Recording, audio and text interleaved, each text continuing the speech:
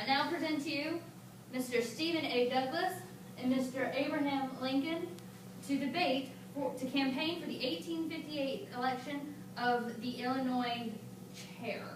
Indeed. Now let me first explain the debate format, and I thank Mr. Lincoln for being here to participate in the bloodbath he's about to receive.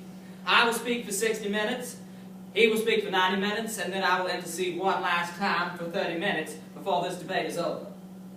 Does everybody understand this format? Very good then.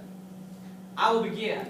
Uniformity in the local laws and institutions of the different states is neither possible or desirable.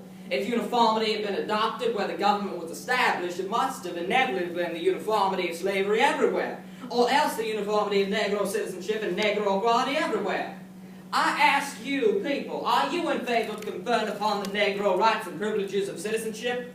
I should hope not. Do you desire to strike out of our state constitution the clause which keeps the slaves and free Negroes out of the state and allow free Negroes to flow in? I hope not.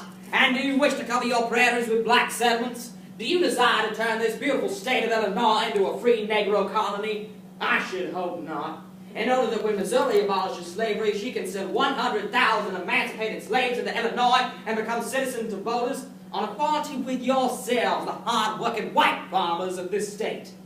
If you desire Negro citizenship, if you desire to allow them to come into the state and settle with the white man, if you desire for them to vote on an equality with yourselves, and to make them eligible for office, to serve on juries, and to adjudge your rights, then support Mr. Lincoln and the Black Republican Party who are in favor of the citizenship of the Negro.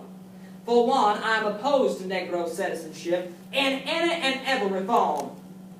Yes, it is true, I believe this government was made on the white basis. I believe that it was made by white men over the Negroes for the benefit of the white man and their posterity forever. And I am in favor of confining citizenship to the white men of European birth and descent, instead of conferring it upon Negroes, Indians, and other inferior races.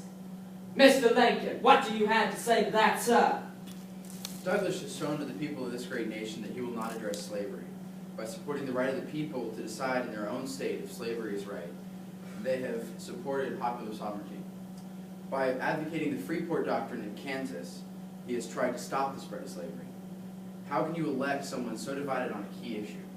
Furthermore, the next Dred Scott decision could allow slavery to spread into free states, as the right of the people to choose whether or not their state has slavery is infringed by the federal government. I believe this government cannot endure permanently half slave and half free, and I don't argue for full equality of Negroes, but I think that there are liberties that they have that are not being addressed.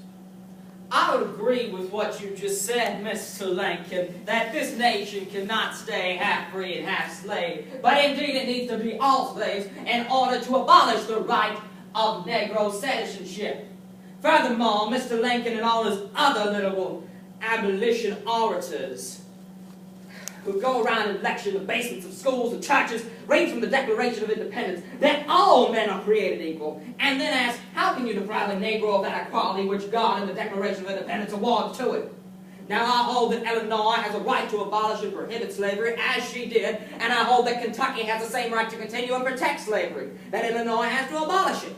I hold that New York has as much right to abolish slavery as Virginia has to continue it, and that each and every state of the Union is a sovereign power with the right to do as it pleases upon the question of slavery and upon all of its domestic institutions. And why can we not adhere to the great principle of self-government upon which our institutions were originally based? We can, I tell you, we can!